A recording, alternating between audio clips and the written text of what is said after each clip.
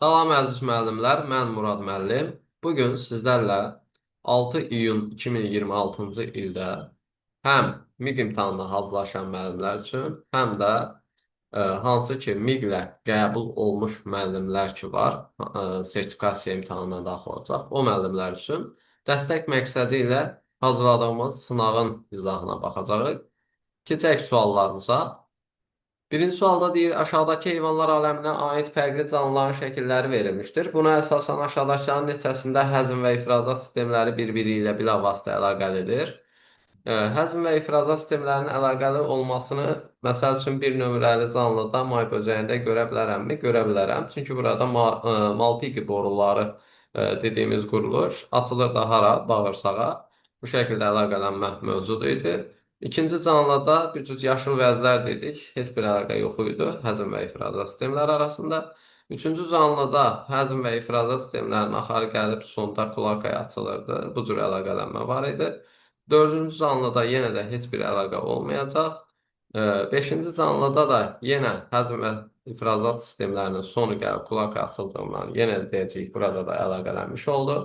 Altıncı canlıda isə yenə də nədir? Heç bir əlaqə olmayacaqdır. Deməli, Malpighi borularına sahib olan və bağırsağa açılan canlı 1, yəni may böcəyini seçəcəyik. 3, suda qurda yaşayanları seçəcəyik. Kloakaya sahib idi. Bir də 5, yenə də kloakaya sahib olan quşu seçmiş olduq. Cəmi 3 canlıda bu əlaqələnmə mövcud oldu. 2. Aqrosinozlar üçün xarakterik olan xüsusiyyətləri seçin. Maddələr dövranının tam qapalı olması deyir. Xeyr, burada maddələr dövranının tam qapalı olması mümkün olmayacaqdır. 2. Günəş enerjisindən əlavə enerji tələb etməsi. Təbii ki, burada məsəl üçün bir insan bir bağ salıb deyək ki, və burada mümkün, belə deyək, əkilən ağacların meyvələr yetişəndən sonra nə edəcək? O meyvələri toplayacaq özü üçün istifadəyə. Bu şəkildə maddə dövranının tam olması artıq mümkün olmayacaqdır.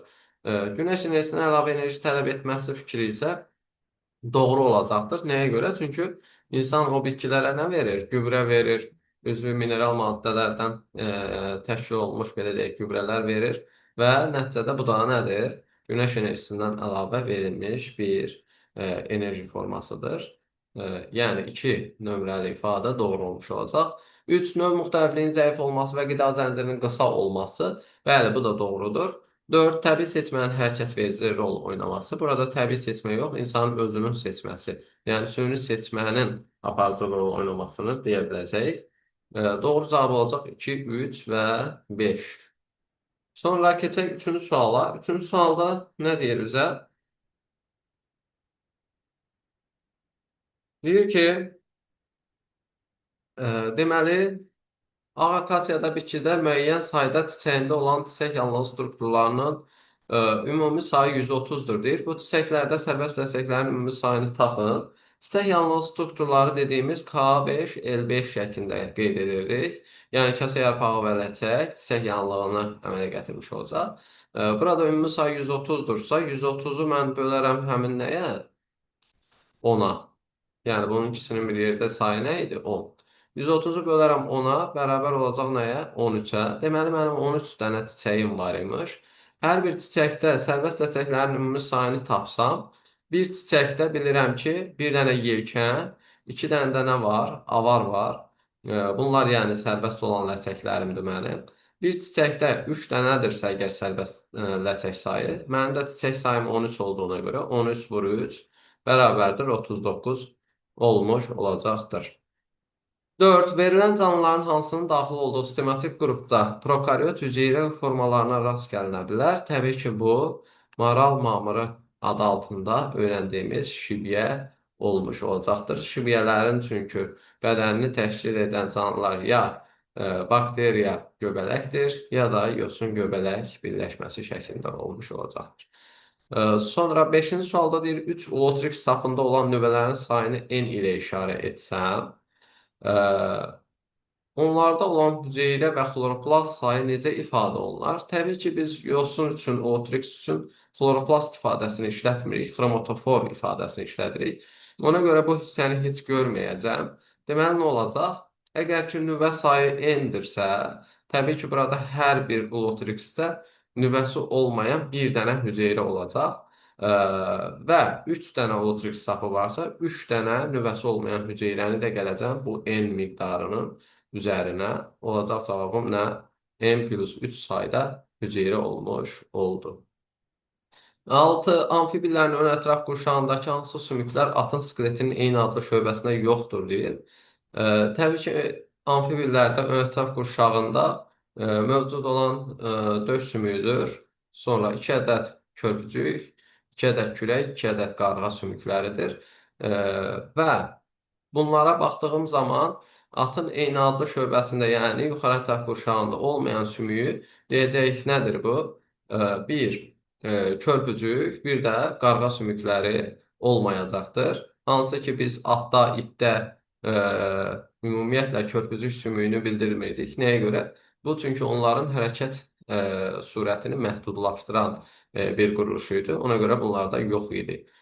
Qarğa sümüyü də ki, ümumiyyətlə yoxdur deyəcəyik. Tək olan 2 ədəd, yəni sümükdən ibarət olmuş olacaq yuxarı tərəf qurşağı atın. O da kürək sümükləri olmuş olacaqdır. Doğru cavab B variantı 2-3. 7. Bitki toxumalarından üzr istəyirəm. Hansı deyir? Həm transpirasiya, həm qazlar mübadiləsi, həm də sadə karbohidrat sintez funksiyasını yerinə yetirən hüceyrələrə sahibdir.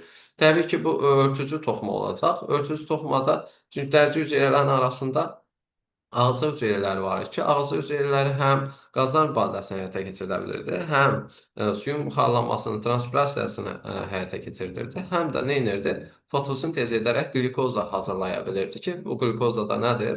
Sadə karbohidratdır deyəcəyik. Deməli, doğru cavabımız Y variantı olmuş oldu. 8. İnsan asqaridinin sürfəsi sahib orqanizmasının hansı hissələrində ola bilər deyir. İnsan asqaridi ümumiyyətlə yumurta içərisində sürfə mərhələsindən sonra, hansı ki yumurtadan sürfə çıxır, yumurtadan sürfə çıxandan sonra qan damar sisteminə keçid etməlidir. Qan damar sisteminə keçid etdikdən sonra bunun gələ biləcəyi yer, halbuki biz bağırsaqdan çıxan vena damarının belə deyək, hara gəldiyini qeyd edirdik. Qaraciyər qapı venası vasitəsilə qaraciyərə gəldiyini deyirdik. Hansı ki burada biz bu səbəbdən bağırsaqdan çıxdığı anda bağırsaq venasına keçdiyi üçün deyəcəyik, bağırsaq venasında mövcud ola bilər. Sonra qaraciyər içərisinə daxil olandan sonra qaraciyərdən çıxacaq yenə də qan damarı vasitəsilə. Bu olacaq qaraciyər venası, yəni burada da mövcud olmuş oldu. Bir də aşağı boş venaya qoşulub birbaşa gedəcək ürəyin sağ qulaqcığına, sağ qulaqcıqdan sağ mədəciyə, sağ mədəcikdən kiçik qan dövranı vasitəsilə, yəni ağciyər arteriyalar vasitəsilə və yaxud da ağciyər kötüyü vasitəsilə gedəcək ağciyərə. Təbii ki, burada mən nə gördüm? Ağciyər arteriyasında da bunun mövcud olduğunu görə bildim. Bu səbəbdən doğru cavabım elə D variantı olmuş olacaqdır. Digər variantlara baxsaq, görəcək ki, o hissələrdə nədir? Sürfə mərhələsində rast gəlinməmişdir. 9. Enliyarpaqlı meşədə ikinci yarusdakı bitkilərə aiddir. İkinci yarusdakı bitkilərə cökə, ağcaqayın, cıralmanı misal göstərirdik. Təbii ki, bu kitabda olan bir məlumatdır, əzbər bir şeydir. İzaha gərək yoxdur. 10. İki qat maylamada bilavasitə iştirak edən qamet sayı 24 olmuşdur, deyir. Hüşeymin xromosom dəstini X qəbul etsək, endosperm xromosom dəstini neçə olar? Burada ümumiyyətlə bu sayı elə belə vermişəm ki, siz beyninizi qarışdırın. Fərqi yoxdur, neçə dənə qamət olsun, necə olsun. Ümumiyyətlə, hər zaman Rüşeymin xromosom dəsti X-dirsə, endosperm xromosom dəsti 1,5X olaraq nə edəcək? Qeyd edəcək. Çünki Rüşeymin xromosom dəsti dediyimiz 2N-dir. 2N X-ə bərabərdirsə, mən 3N-i nə edərəm? Nəyə bərabər edərəm? 3N vursun X bölünsün 2, oradan da çıxacaq nə? 1,5X şəklində çıxmış olacaq cavabımız. Doğru cavab Y variantı olar. 11 şəkildəki heyvan üçün xarakterik olanları göstərin deyir. Göyərçindir. Göyərçin üçün ətcə bala olma xarakterikdir təbii ki.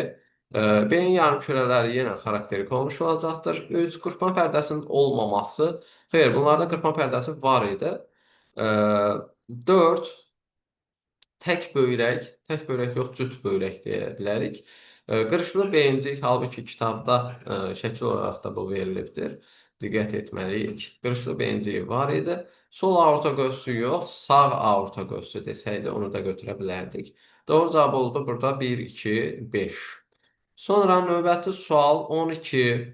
Bölünmə keçirən hüceyrə meyoz 2 metafazada xromosom sayının 16 olduğunu nəzərə alaraq, meyoz 2 metafazada mən bilirəm ki, xromosom dəstinin N2C, 2D şəklində xromosom xromatid və DNT miqdarının bu şəkildə olduğunu bilirəm.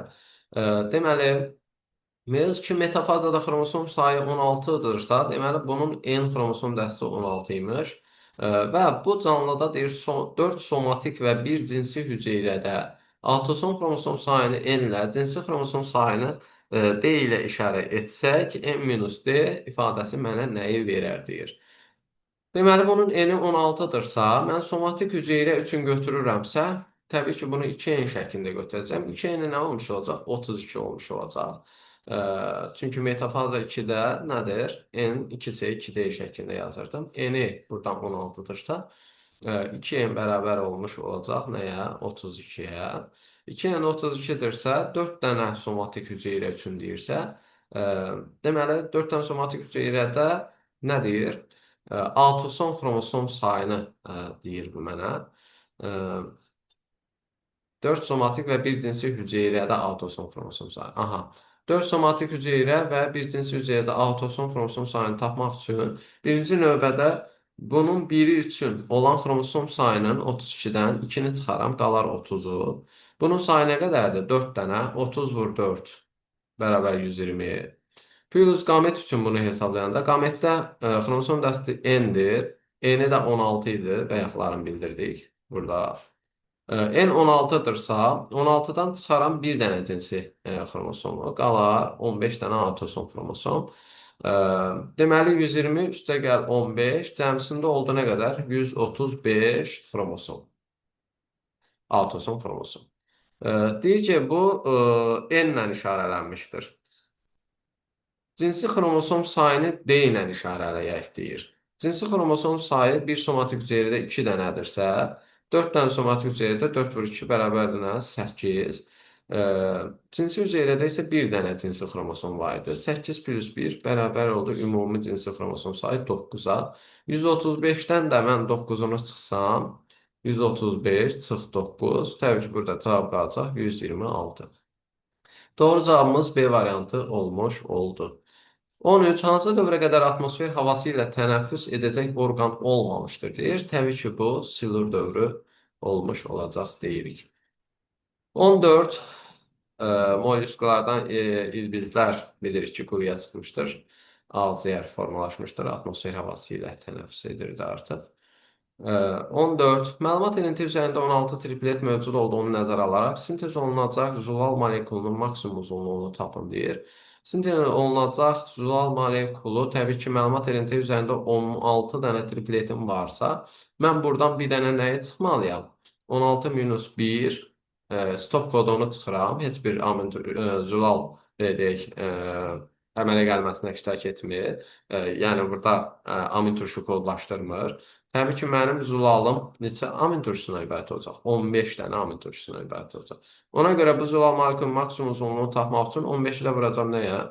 0,37-yə vurmuş olacaq. 15 ilə 0,37-yə vuranda eləyəcək nə qədər? 5,55, yəni C variantı olmuş olar. 5,55. Sonra 15. Döş qəfəsi sümükləri neçə növ sümük ilə birləşmə əmələ gətirir? Döş qəfəsi sümükləri bilirəm ki, döş sümüyüdür, qabırğalardır, bir də döş fəqərələridir. Bunların birləşmə əmələ gətirdiyi döş fəqərələri bir özündən yuxarıda, belə deyək, boyun fəqərələri ilə Aşağı hissədə isə yenə də nədir? Bel fəqərələri ilə birləşmə əmələ gətirəcək. Təbii ki, bu özündə olduğu sümük növü ilə eynidir. Hər ikisi yəni qarışıq sümüyə aid olacaqdır. Pilus nəyimiz var idi? Dedik, döş sümüyümüz var idi. Döş sümüyümüz birləşmə əmələ gətirəcək nə ilə? Körpücük sümükləri ilə. Təbii ki, burada mövcud olan körpücük sümükləri qarışıq sümüklərə aiddir. Ee, Bir də başqa nə birləşmə var? Başqa da bir birləşmə yoxdur. Bu səbəbdən deyəcəm ki, elə ümumiyyətlə döş qəfəs sümükləri neçə növ sümüklə birləşmə əmələ gətirir? Elə bir növ qarışıq sümüklə birləşmə əmələ gətirmiş olacaqdır. Doğru cavabımız B variantı olmuş oldu. 16. Cədvələ əsasən deyir, MN çarpazlaşmasından alınan fərqlərin 50%-nin məhv olduğunu nəzərə alaraq, salamat qalanların X böyük H, Y ilə çarpazlaşmasından alınan hemofiliya xəstəsi fərdlərin sayı maksimum neçə olar deyir. Deməli, burada N və M çarpazlaşmasından alınan fərdlərin 50% məhv olub. Tamam. N nədir? M nədir? Baxaq. Nx böyük H, kiçik H. Baxın, buradakı belə deyək, X cinsi xromosomunu və buradakı cinsi xromosomunu. Çünki bunların nədir? Kəsişməsi bu şəkildə baş verir də. Yox, üzr istəyirəm. Bunu nə şəklində yazacağam? N-i, bunların kəsişməsi burada baş verir. Bir bu, burada. Deməli, Y ilə X üzəri kiçik H birləşməsi baş verəcək burada. X kiçik H, Y. Bu nə ilə çarpazlaşacaq? M ilə. M-in kəsişməsi harada baş verir? Biri buradan gəlir, biri də buradan. X, yəni böyük H, kiçik H şəklində yazacağam. X böyük H, X kiçik H. Bunların çarpazlaşması mənə nə verəcək? X böyük H, X kiçik H. Sonra nə olacaq? X kiçik H, X kiçik H. Sonra nə olacaq? X böyük H, Y. Bir də X kiçik H, Y olmuş olacaq. Əgər mən bunların çarpazlaşmasına alınan fərdlərin 50% olduğunu, məhv olduğunu daha doğrusu deyirəmsə və salamat qalanların X böyük H, Y ilə çarpazlaşmasından alınan hemofiliya xəstəsi fərdlərin sayının maksimum neçə olduğunu soruşuramsa, mən burada X böyük H, Y ilə çarpazlaşdıra biləcəyim nədir? Dişilərdir də, təbii ki. Dişi qalmalıdır ki, birləşmə olsun maksimum sayda. Yəni, bu cür övlad əmələ gəlsin. Deməli, mən nə edəcəm? Buradakı erkəkləri, bu 50%-i aid edəcəm erkəklərə ancaq. Yəni, bunlara. Bunlar getdi. Bunlar gedərsə, X böyük H, X böyük H, X kiçik H bir dəfə çarpazlaşsın. X böyük H, Y ilə. Buradan əmələ gəlir nə? X böyük H, X böyük H. Sonra X böyük H, Y. Sonra X kiçik H, X böyük H, X kiçik H. Bir dənə X kiçik H, Y şəklində əmələ gələcəkdir. Sonra növbəti fərdim nədir? X kiçik H, X kiçik H. X kiçik H, X kiçik H. Çarpazlaşacaq nə ilə? X böyük H, Y ilə. X böyük H, Y ilə.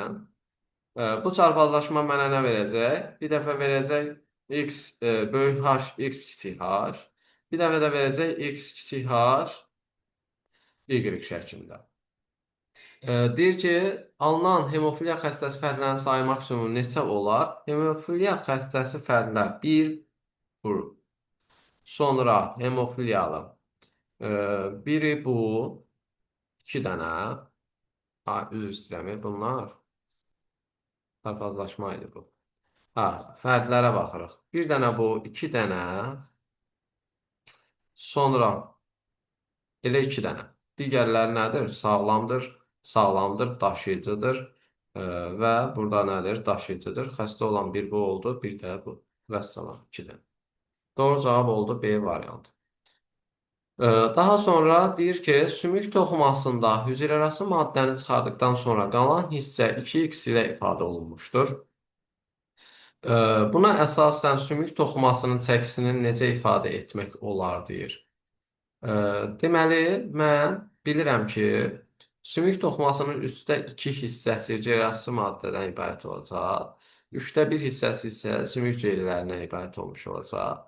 Hüceyrəarası maddəni çıxardandan sonra deyir, qalan hissə 2x ilə işarə olunubdur.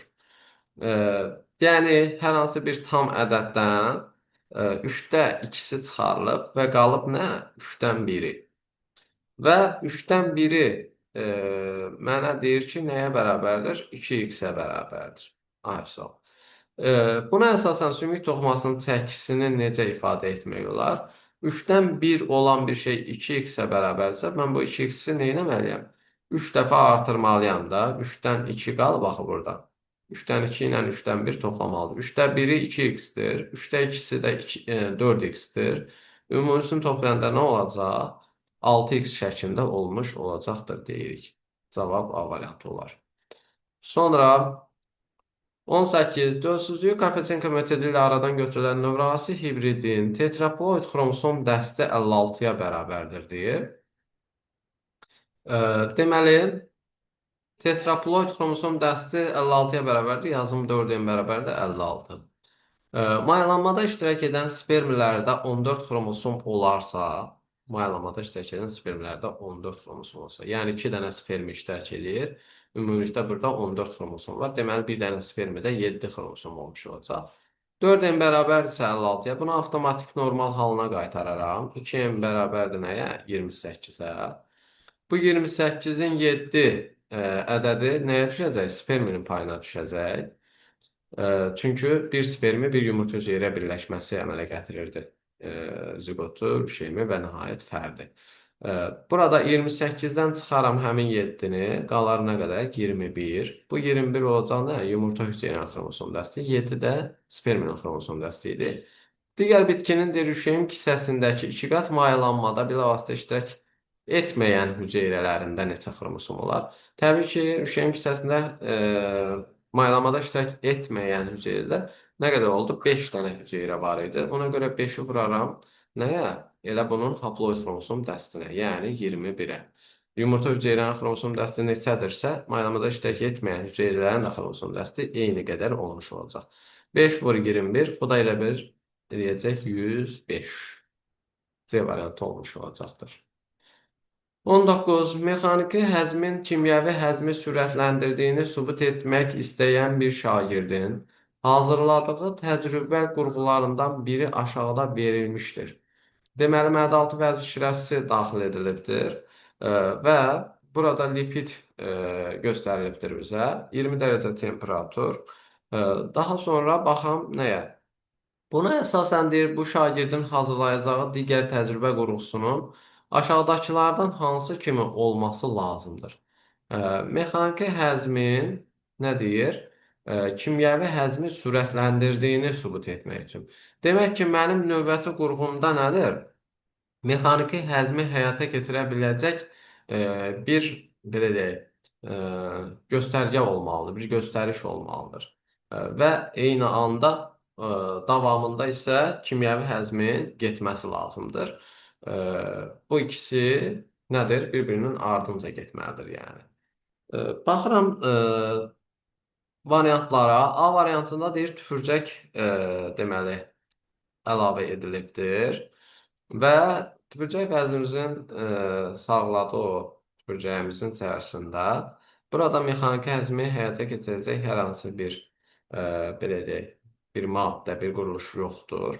Ona görə A variantı olmayacaq. B. Mədə-altı vəzi şirəsi. Mədə-altı vəzi şirəsi burada sadəcə kimyəvi həzmi həyata keçirmiş olacaq. Ona görə bu da olmayacaq. C variantında mədə-altı vəzi şirəsi və öd. Bilirik ki, öd lipidə mexaniki təsir göstərir. Yəni, iri olan yağ damlalarını sadəcə xırda olan yağ damlalarına qədər parçalayır. Nəhayətində mədə-altı vəzi şirəsini də daxil edib eyni anda. Bu da növbəti kimyəvi həzmin gedişatını təmin edəcəkdir. Təbii ki, buna görə də elə doğru cavabımız nə oldu? C variantı olmuş olacaqdır. D variantında mədə şirəsi sadəcə əlavə edilibdir. Y variantında isə mexaniki həzmin həyata keçirilmək üçün əlavə edib, amma ardınca kimyəvi həzmin getməsi üçün burada mədə-altı vəz şirəsi daxil edilməmişdir. Ona görə sadəcə C variantı elə doğru olaraq qalacaqdır. Daha doğrusu burada seçdiyimiz C variant olarsa A variantımız doğru olacaqdır. Sonra